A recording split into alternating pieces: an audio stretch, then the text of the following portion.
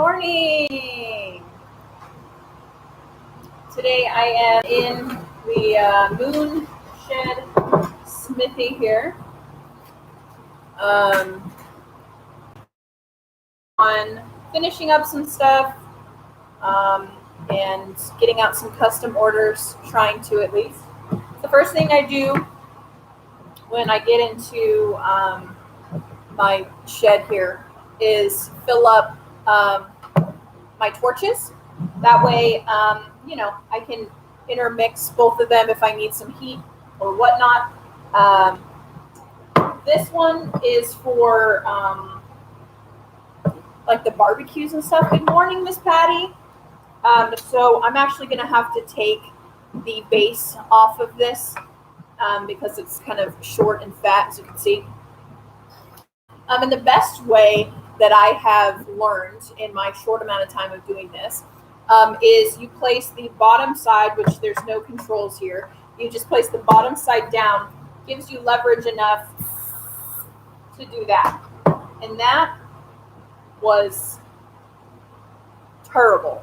I got butane all over.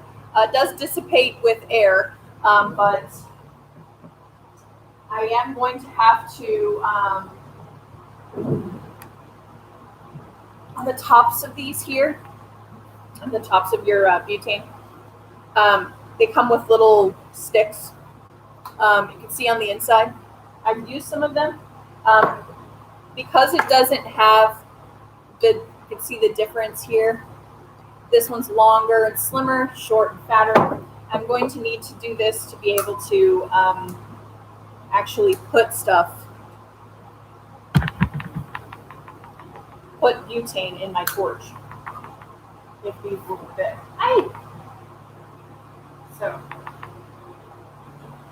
I'm gonna have to make this work. So definitely something to figure out. With each adjustment and buying new stuff, sometimes challenges like this occur, so you got to kind of wing it, But today, like I mentioned, I'm going to be working on completing custom orders that I've had before I moved. Hello, get out of here.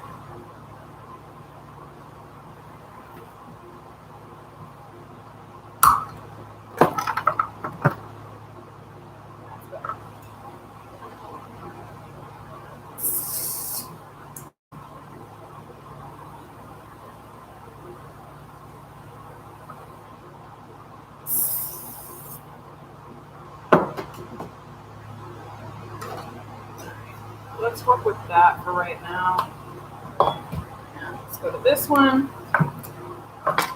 See about the hole in here.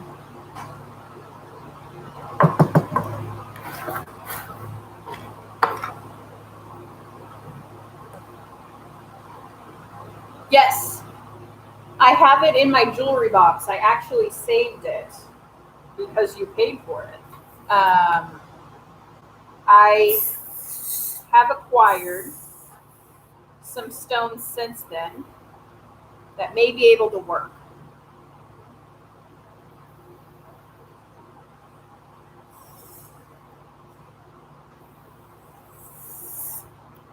I don't think that this is going to do.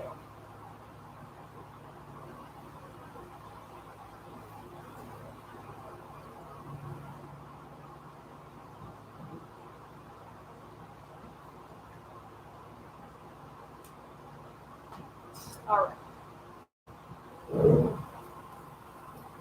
The next time I hop inside into my jewelry box, I will take a picture of it for you, Miss Patty, and I will show you some stones that I have that will fit.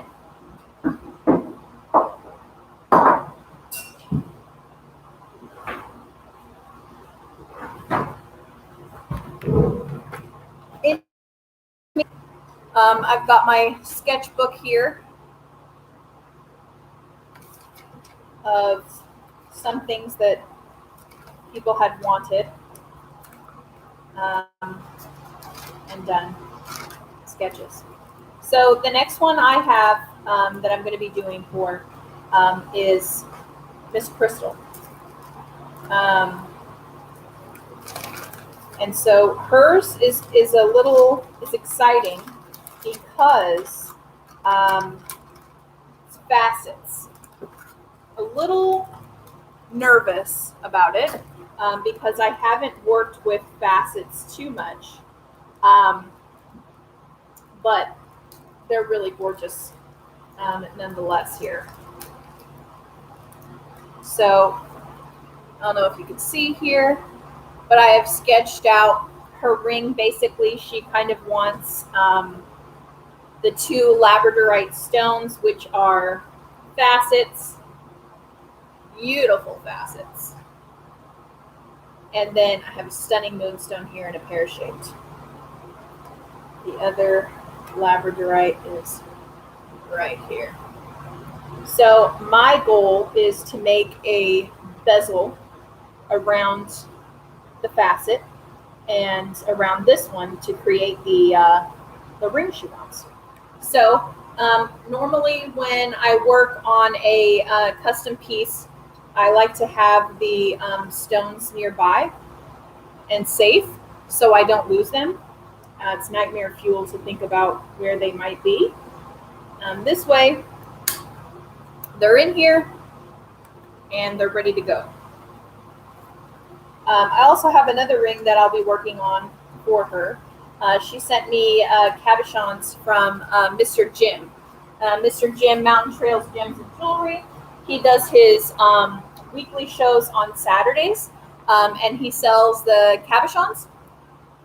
And a lot of times you can just have him send the cabochon you want set to me, and I can make something for you. So that's one cool thing here.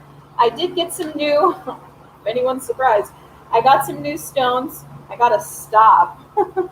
I got some gorgeous ones. I got some Larimar and some high quality sunstone. I got some beautiful apatite little things here. Some more apatite. This is a pretty thick cabochon. As you can see, it is humongously thick. It's gorgeous though. It almost looks like raspberry candy, raspberry sweets. I did get a couple of Larimar, and then I got a really cool one because I like the different and unusual.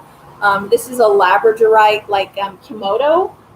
I hope I'm saying that right. An Asian style dress. A beautiful, beautiful rainbow labradorite on that. So, got some stunning ones. Anyways, so I've been listing on eBay and Etsy again. So exciting to be back into doing that. Such a breath of fresh air. And yeah, so I've got my quench pot here. Always good to have your quench pot. I've got my butane torches here, my setup, my fluxes here. I've got this cuprinil, which is also a flux. I kind of keep on excess by here. I've got some tools. I've got to clean my, I always do, got to clean my board here. But my kids were in here with me the other day. And so they come in here, they open my drawers sometimes and fix my drawers. Okay, so as I mentioned, I'm going to be working on some custom rings, and one of them is a facet. Oh, dang it! And we're working with a straight bezel here. So I'm going to get out my straight bezel wire, which wherever the heck that is.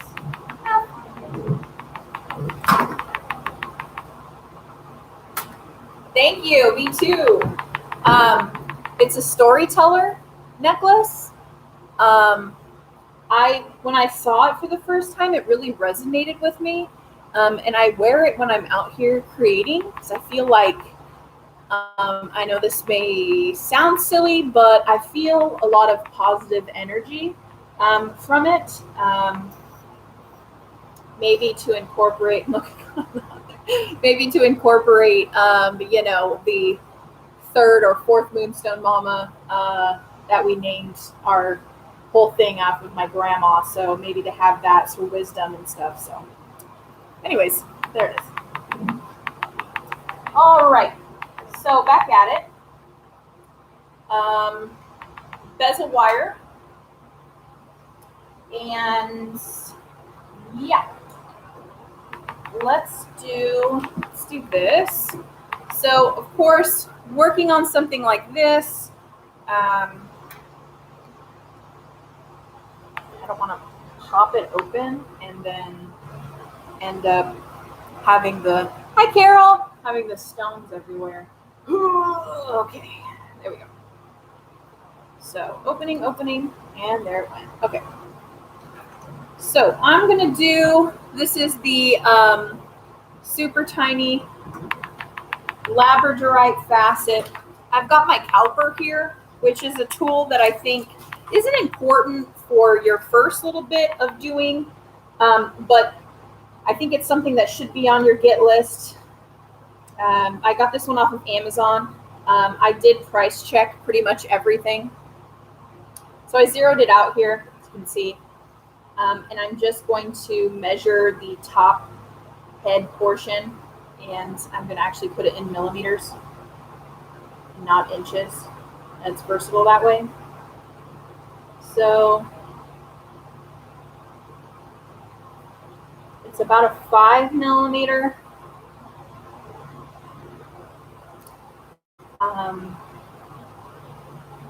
And then of course you have your height here, about 3.5 millimeters. So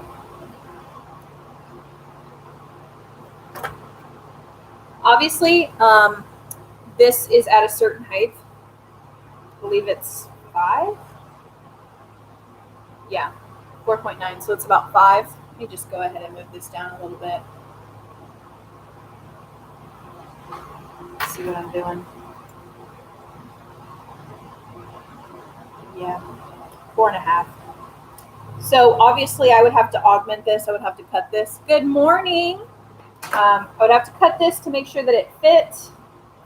And then of course you have the big one here, which is your beautiful Moonstone, stunning, high quality, very clear. It has a gorgeous blue purple flash to it. It's a beautiful, beautiful stone. So again, just checking.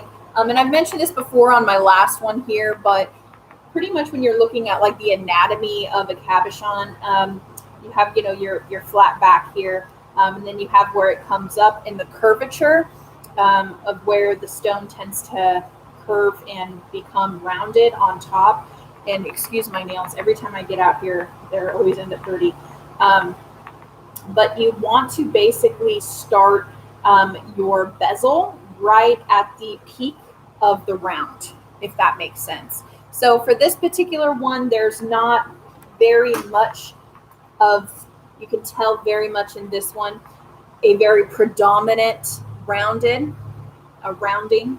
So I would want the bezel maybe to be like where my fingernail is. And that's why this one's exciting. To put this one here.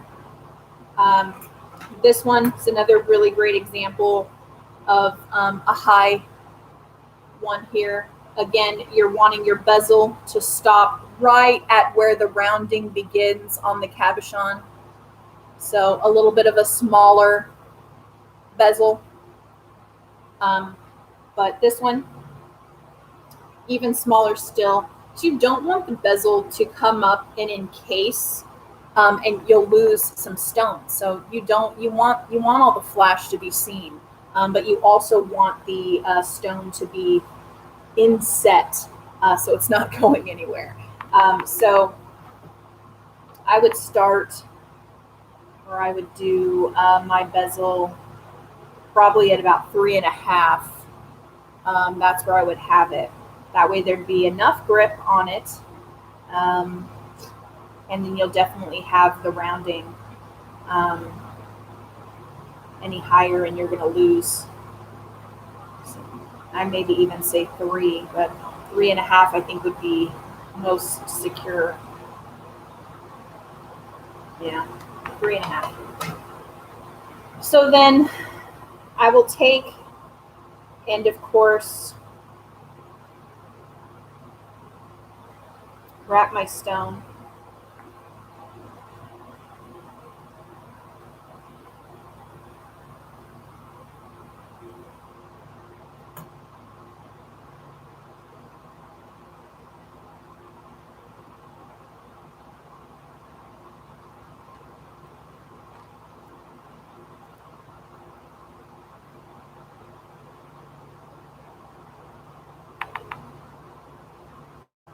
And I did have a pen out here. I'll just use a ballpoint for now.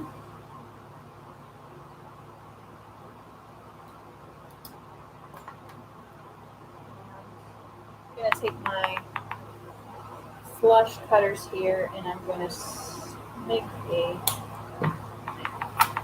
so then that is your bezel. And of course you can see when I just have the bezel in here, the silver comes up over the stone, and that's not what you want. So what I'm going to do is go ahead and flatten it out again, knowing that this is the length. And then I'm going to take my caliper that's set at 3.5 and strike a line where it takes a little precision. And I'm left-handed, so I tend to do things a little backwards sometimes. But at this point, it's whatever works for you is going to be best. And this is plastic, but because there's so much smudge on the silver, it actually creates a line for me. So I can see the line. I don't know if you guys can, but I'll go ahead and draw this line. Of course, there's going to be a lot of filing involved, but basically the blue is what I'm going to be removing. And the whole saying goes, measure twice, cut once sort of thing definitely is in play.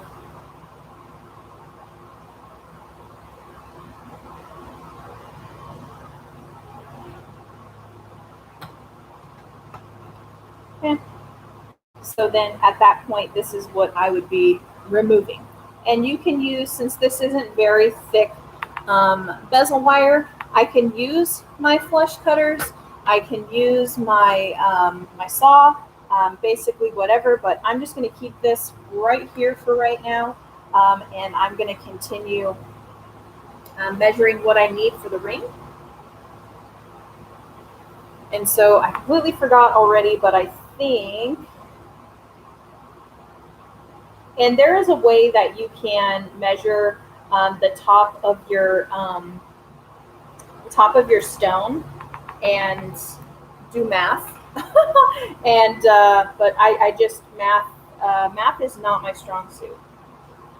Basically, you can create a bezel using math and not having to bend your wire around the actual stone, is the point in which I was getting at. But lately words have escaped me. Got a lot mentally going on maybe. But an exciting thing is I actually signed up for another market days here in Texas. So I will be doing another market days. My last one was great. It was a perfect start of to get things going. It was very small, which was just absolutely excellent. Everything I needed. And yeah, so that was super exciting. That happened last Saturday. It was hot, but I'm not surprised at the heat, I guess. Good morning, Deanna. So yeah, it was very fun. Fun enough that I'm going to do another one. So yeah, I cannot find my round thing here. Let me put it somewhere. Good morning. Good morning. I did order some more silver. I needed some more silver, so I ordered some more. So that should be coming soon from Rio Grande. What I think I'm going to do is I have these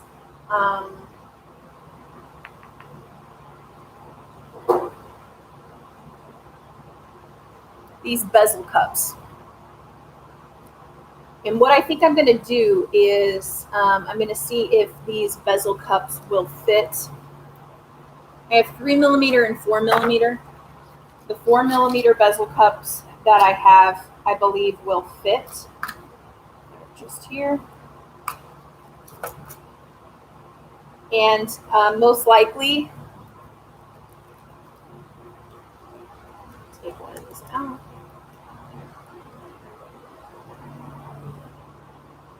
No, it's not going to work. Thought it might. But there's not enough oomph. I don't know if you'll be able to see that. Let's play with this a little bit here. Yeah. So 4mm bezel cups do not work. How much wire, I guess, is the question.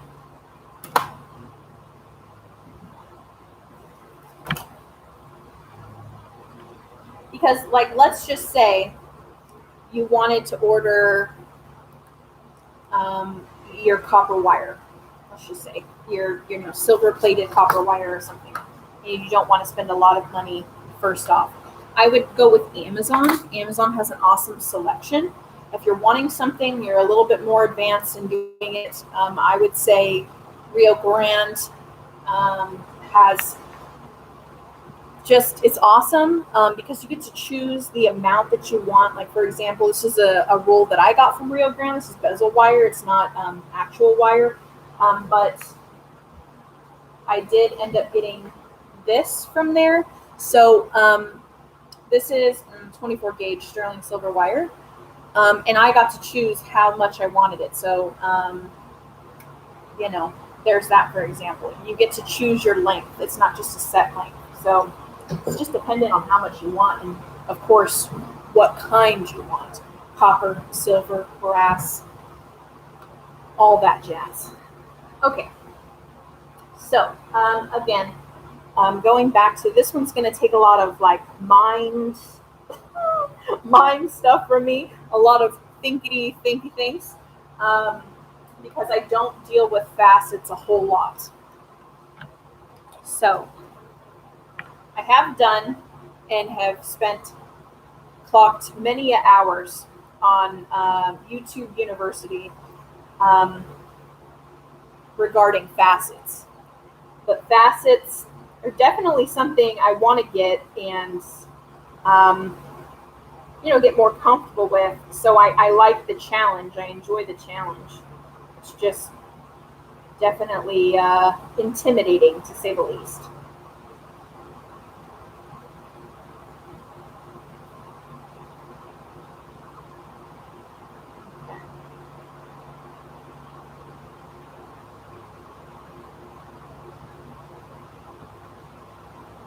Yeah, when I was first starting out, I found that Amazon, because Amazon comes with, like, they have sets where they'll have, like, your tools with it. Another place, Mountain, I don't know, I think it's Mountain something. I am terrible. 3mm. Mountain something. Online is another good place to start as well. But I found that Amazon's just the best in that. Okay, let's do this. Let's put our brains. Let's put my brain in a box, and let's try to make magic happen.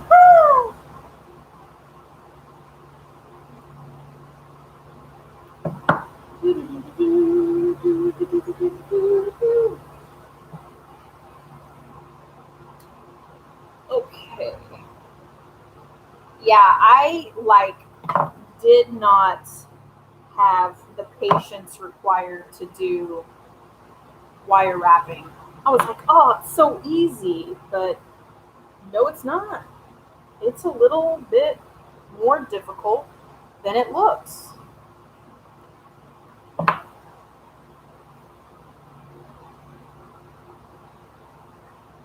I will have to say, I do follow a chick on YouTube.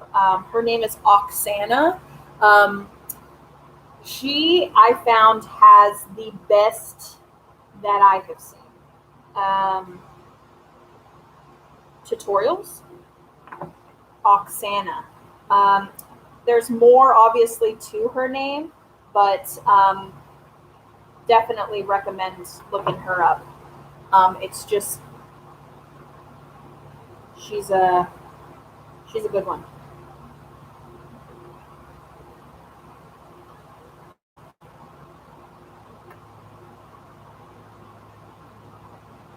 So when working with facets, basically it's kind of like a sandwich.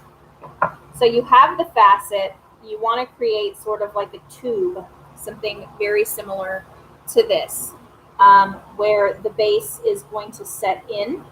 And then you're wanting to make it large enough, obviously, so that it'll set flush. And then you'll want to put something underneath to catch it. And that way you'll have security on the bottom and on the top. So sandwich. So this, as you can see here, I do need to make it a little bit bigger because the base is not, the actual head of the stone is not sitting quite in there. So I do have to open it up just a smidge. I am not the kind of person that watches medical television shows, but for some reason on my Facebook algorithm, it was coming up with a lot of shorts for The Good Doctor. And I have Hulu, and I was starting to watch The Good Doctor, basically. I have never seen Grey's Anatomy. I don't plan to see Grey's Anatomy. It's not my bag. I don't know. Just not my thing. But this Good Doctor show is very interesting. I enjoy it. Yeah, I can even eat while I watch shows like that. It doesn't bother me.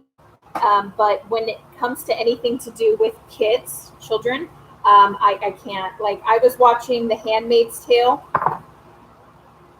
could not, could not watch it after,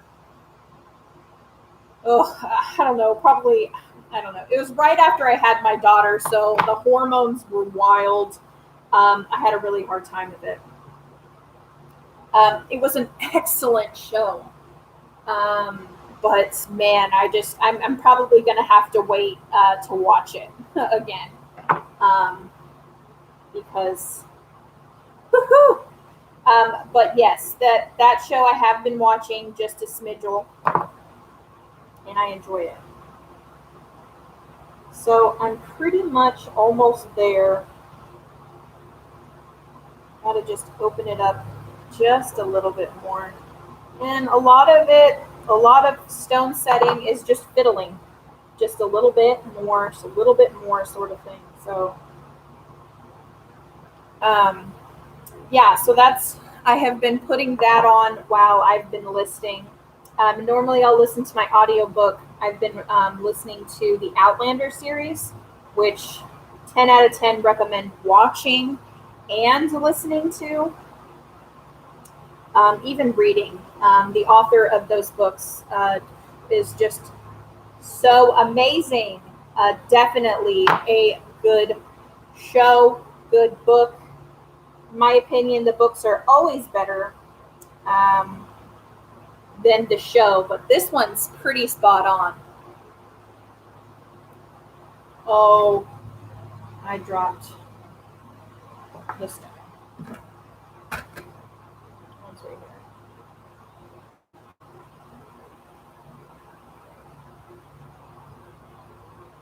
Oh, I can understand that. Definitely, for sure. Yeah, there was just an episode recently where, whew, similar case. Dang it. Okay. I dropped the stove. Dang it. And the manhunt begins. Oh here. God. It's gonna have a freak out. Anyways, here we go. So I'm looking for something basically like this, where you have the actual facet portion of the stone out, and it's big enough to inset. And then I will take and put in the bottom side of it here another piece of the bezel wire, probably something that I'll have cut from the Moonstone one. I know I do need a sticky surface. And put it up underneath there. What am I doing? Okay. Yes, Outlander is so good.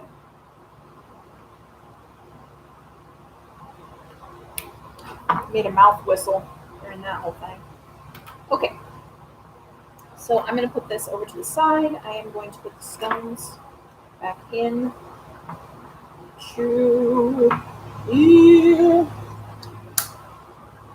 Put that over there. When I'm doing something new, rule of thumb for me, I do as much as I can, and then I will stop, because I don't want to hate the project that I'm doing, if that makes sense. I want to still love what I'm doing and not be agitated with it and hate it, and not give as much positive energy to it as I can. So that has been my methodology of it since doing things that are complicated. And I hope to instill that in my children as well, because I think it's important to know your limits and not be ashamed of it. So yeah, okay, so now as you can see, I've got a few items here that I have been working on. And I also, fun thing, melted down some silver, scrap silver, and used my little brass stamp here and made some solderable accents, some points. So this is a cute little moment. I'm still definitely working on, mastering this for sure. But I thought that this was fun. So many books in that series, so many. But I promise you, okay, and this, I may be a little biased, but on my drive from California to Texas, I made my children endure listening to all of that. And that's kind of what kept me going, is listening to the audiobooks. So that was a lot of fun. So I'm on Fiery Cross, which I think is the fifth book. And it's such a good read. And yes, they're really, really long. I think it took about 24 driving hours to get from California to Texas. So I put in some hours. Crack me up. Okay, so as you can see here, I have the cabochon that I was working with. It's like a kite shaped. This is an amethyst, very gorgeous. I have this guy, which is, I have a piece of solder in here I'm gonna have to nick off. But this is a piece basically, and I'm gonna figure out if I'm gonna turn this into a pendant or a ring. Pendants I have found are so easy because you don't have to worry about someone's size, because you're limiting, you know, yourself when you put it into a ring. A lot of times I have found people like on Instagram or even Etsy sell an item, and they will just have, you know, this polished, cleaned up, and have it on their finger and say ready to be sized. So that means they have this part of it completed, which is just basically the bezel and the back plate, and they can still attach the you know, the ring band to it to fit the size. So I think I may cut this out and polish it up, but I think this is going to be absolutely stunning. I love the gallery wire kind of look. Another thing too is I'm going to finish up on some more of these guys that I had anticipated making for the market days but ran out of time. So I do have that one goes in there. This one goes in here. And then I have another one around here somewhere. Hot mess. So I do not have Audible. I just have like Apple. The Apple you could buy off of like the apps, iTunes, I think. So if I'd known that I would win something by listening to it, I think I would have, but I did not. So, okay. I'm going to move stuff out of the way here. Mom, I'm in a tree. There.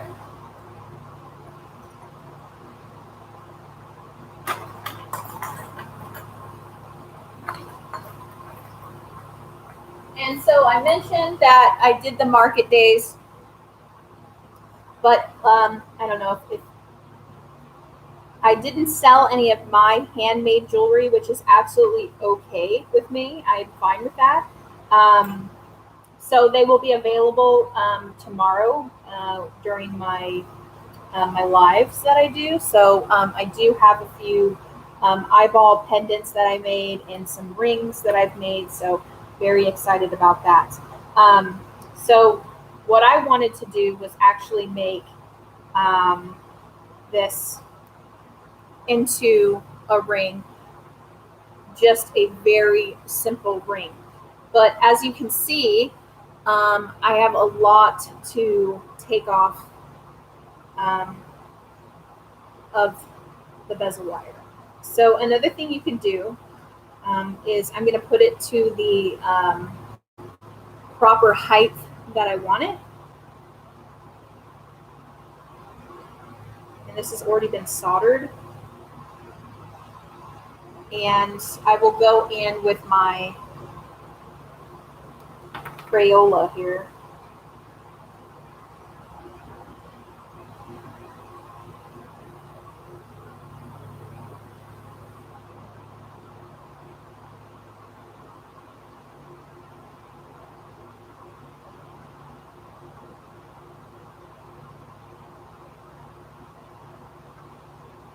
And since it's Crayola, if I mark on the glass, it'll come right off. It's washable. So then I'm going to be removing all of the blue from here before I solder anything to the back plate. This one, again, is pretty much ready to be filed. Just have to remove some of these bigger pieces here. And this one I actually made with the green eyeball in mind. So I'll leave that up to whomever. And then, of course, I have a dainty little labradorite that I have with the serrated edge in here. Again, leaving it up to see if anyone wants a pendant or a ring. So I will file that up, make it nice and pretty and sparkly. I had originally wanted to make a ring that had the eyeball and the labradorite. So I think that would be a sick ring. But I don't have enough silver right now. So that's why I ordered some. I wanted it to be a long one. And even if I did do it, I wouldn't have enough. Maybe if I do it at an angle. But that's what I want. And it'd be a sick ring. Okay. So,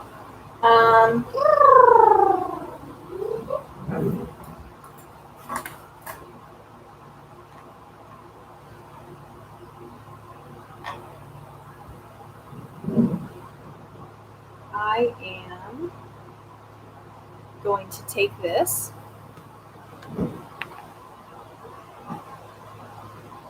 Take my saw here. Again, I would normally have a bench pin, but I don't have my bench pin right now hooked up to my desk here. What I'm going to do is you can't cut from seeing things on the inside of something, which if that doesn't make any sense, I'm going to just show you what I mean. Is I'm going to take my caliper again, open it up to measure how much length is needed. Right here.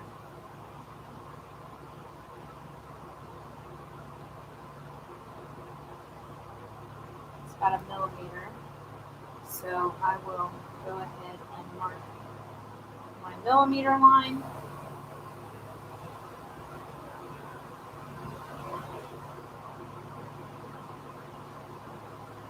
And then use my sheets of sterling. It depends on your gauge, but as being transparent as possible here, I got a 24 gauge sheet of 6 inches by 4 inches, and it was about $80. And something that would be like a 6 by 6 obviously is going to be a lot more. But depending on the day and the price of sterling, it could be kind of expensive.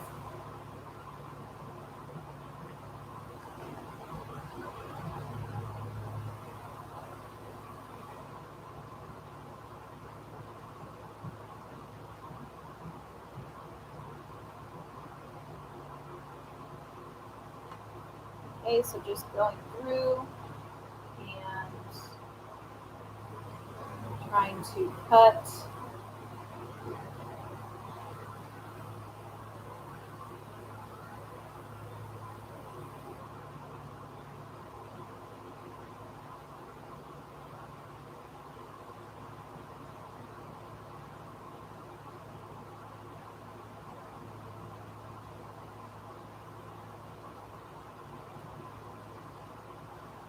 And I'm aware that this may not be the proper technique, but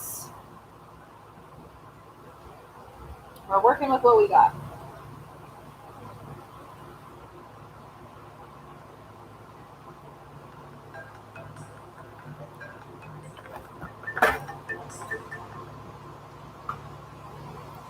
Mom, I'm live. Yeah, it's a little expensive. So it kind of gives you an idea, especially when you're purchasing from an artisan or purchasing in general at all, to keep that in mind, just how much things can be sometimes, depending on, the cost of silver. Gold, oh my gosh, like I don't even want to. Gold is gold.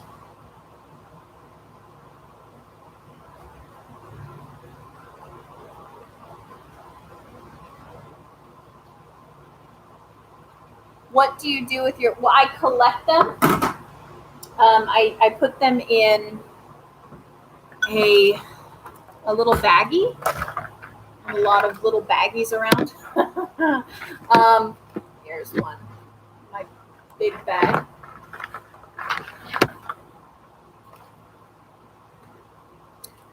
And so this, since I do get like bags of jewelry, obviously, I always try to utilize my scraps. If I need an accent piece, or if, let's say, I need a post, if I need a hook, if I need something, I'll always try to search in my scrap. If not, I will melt it down, and as I showed earlier, I use like my little brass stamp to make either balls, accent balls, or something to that effect. So always repurposing, very similar to jewelry reselling. Everything can be utilized.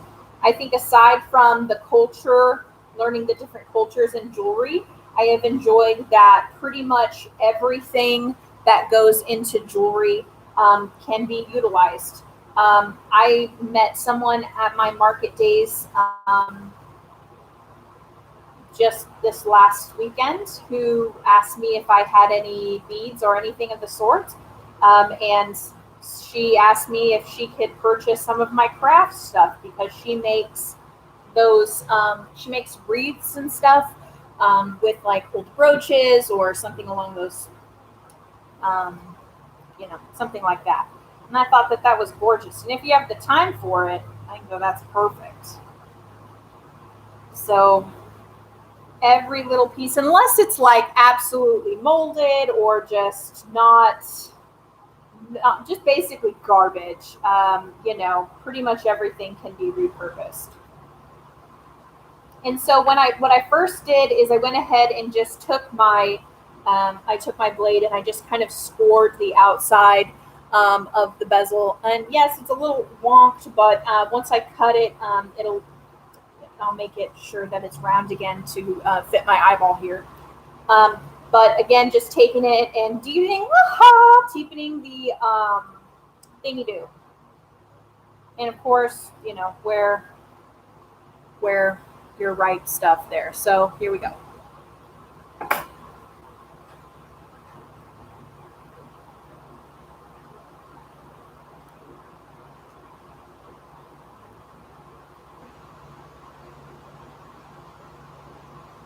All right.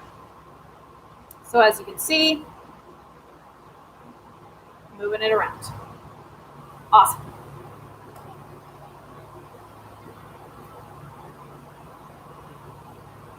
And very easy to fix up. Very cool. I follow a guy on Instagram actually who uses prosthetic eyes that either whether he makes them or gets them from a distributor. But he uses prosthetic eyes and he makes jewelry. He or she, I don't know, I'm sorry. Over the weekend, I came across a sterling brooch. It was made from, yes. So for sure, I mean, everything can be repurposed. That's what I absolutely love about it, period. So, like I get these little tiny scraps and you can melt them down. And when you heat up silver, it turns into a ball and boom, boom, boom.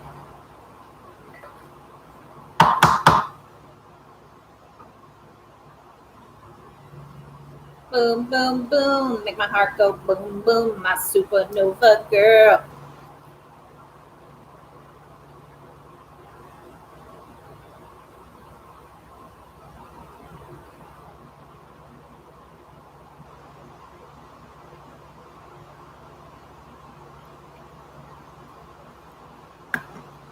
All right, so I'm gonna take this here and now put this back and take my, wherever I put them, flush cutters here and just snip, snip, snip. And it should be relatively easy. I'm basically just unwinding it from what I've already done.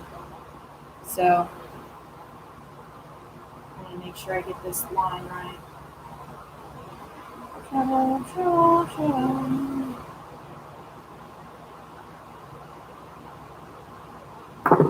And voila. So you can see it's a bit wonky, but that's where we come in. And of course, this could be repurposed, especially with the facet. That's perfect thing to use that just as a backing for the facet. And I'm gonna take I got a whole bunch, but this is waterproof. So basically wet dry sandpaper, and I use 180 grit, and you go in figure 8 motions, which is supposed to help evenly distribute your sanding. Because if you just go in an up and down motion, and if you think about a clock, you're just hitting 12 and 6. If you hit in a infinity sign or an 8, it's supposed to evenly distribute your filing and provide a nice flat surface. And of course, you can take a hand file and go over it as well.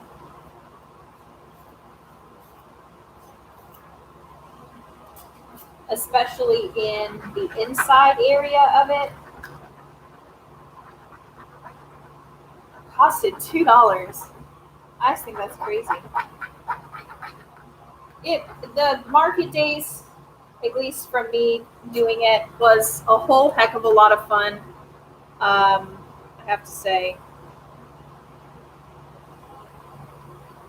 I think it was more fun meeting the actual other vendors than maybe selling, because I'm kind of used to selling, on YouTube or eBay or Etsy or something, but actually talking to a real life person about what they do and how they do it, I thought was a lot of fun. Anyways, so there's that.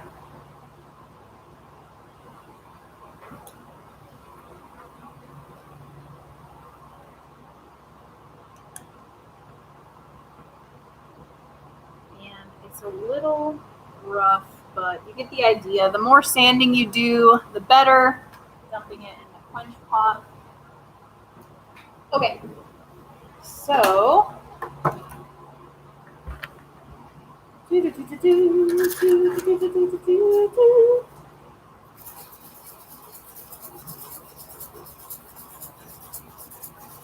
oh my God, it's definitely a mindset. So I understand that. But wow, what a talent. I follow a couple of groups on Facebook, and they're just like give tips on making jewelry and whatnot. And it's always nice to see people within your area. Just even going into a jeweler, I'm like, hey, can I watch you on your bench like a big creepo? And I do have a little rough spot where the initial cutting started, so just gonna hit that, but that's looking pretty good. And eventually, and that's where you take your little ring mandrel here, and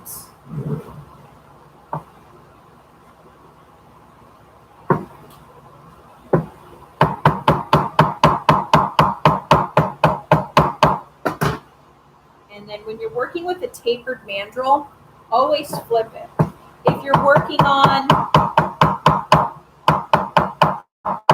even trying to size up a ring a little bit and you have a tapered mandrel, always flip it. And I'm using just a rubber mallet. Definitely would not recommend anything too heavy, because you're just basically trying to guide and slowly manipulate your silver. So that's that right there is perfect to me, and that's why I love this thing. They do come in a variety of sizes, rectangle, squares, things along those lines. So this was definitely a luxury piece that I purchased, but I think well worth it, to be honest. Okay. So as I mentioned before, and I'll say it again a million times, a lot of making jewelry or soldering, even very simply like that, a very short amount of time is working with fire. You don't, you don't, a lot of it is prep work. A lot of it is making sure you have the things that you need to have. Um, just hitting it with the flame, depending on the piece that you're using. It doesn't take that much. So I'm just going to go around here and clipping the excess. Yes, you could use a file or a saw, jeweler saw, but I have these flush cutters, so I'm just going to use them. And trying to save every little bit of silver, because again, you can melt these down and turn them into little balls or accent pieces. Whatever fits your fancy.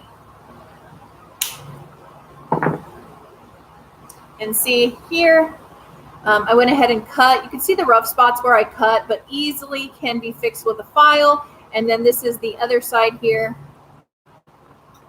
So yeah.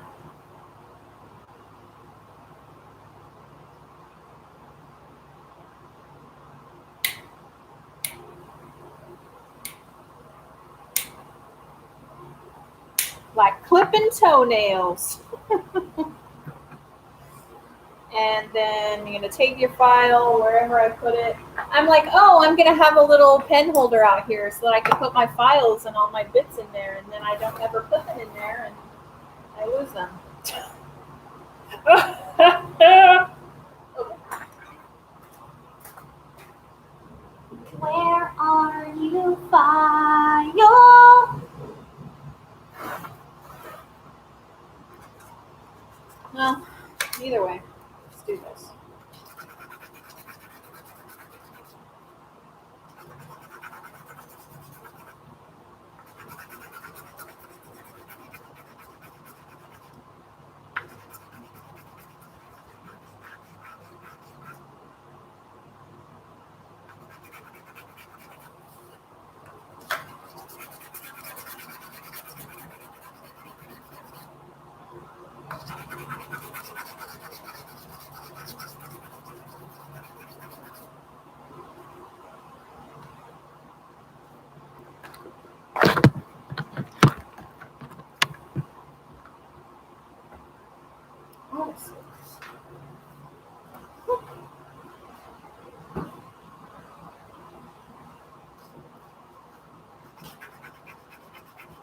It's like I don't even have any pockets either.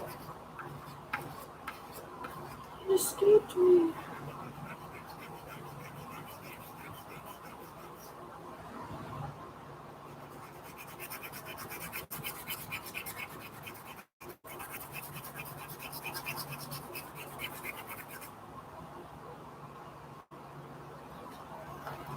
And just a little elbow grease. Very nice. I do have smaller files. Just fit in here.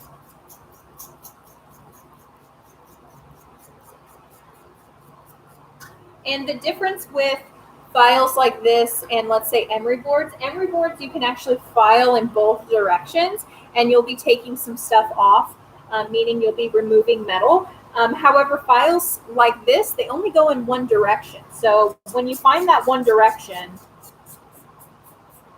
not the band, that's the way to go.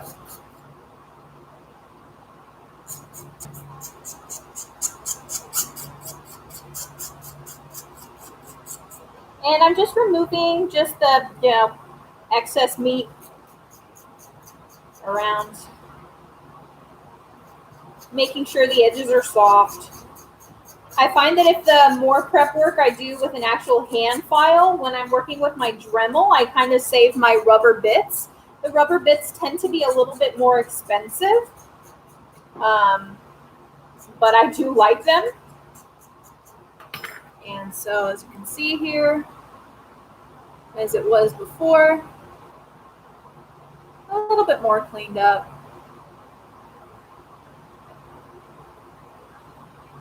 And then of course you can take your file or your one of these guys. Which are beat up. Radial disc. Yep, that was tough. Radial disc. And you can hit the inside and really polish it up. So there's that.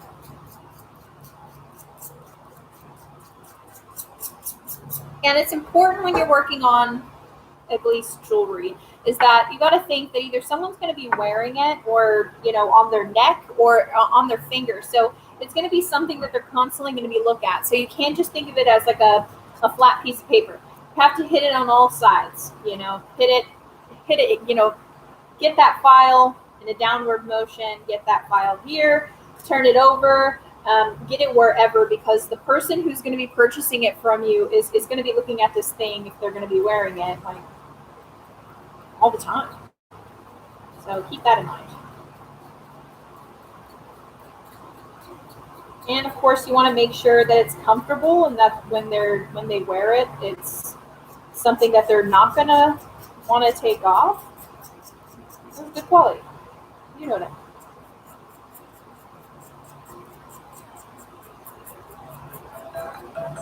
Scared the pants out of me mum. Hey, I'm live. Love you. All right. Well, with that being said, I'm going to be out here for a little bit longer, just working on finishing up some pieces. This wasn't as an eventful Soldering Chronicles as I had anticipated. But every day doing something is better than not doing anything at all. Am I right? So be sure to tune in tomorrow. I have my live. I will be on 4 p.m. Central Standard Time since I'm in Texas now. I will be on tomorrow. Show you guys some of the jewelry that I made the other day. It'll be available for sale, and some of the pieces that I'm making today. So hope every one of you has an amazing day, and I'll catch you on the next one. Bye, guys.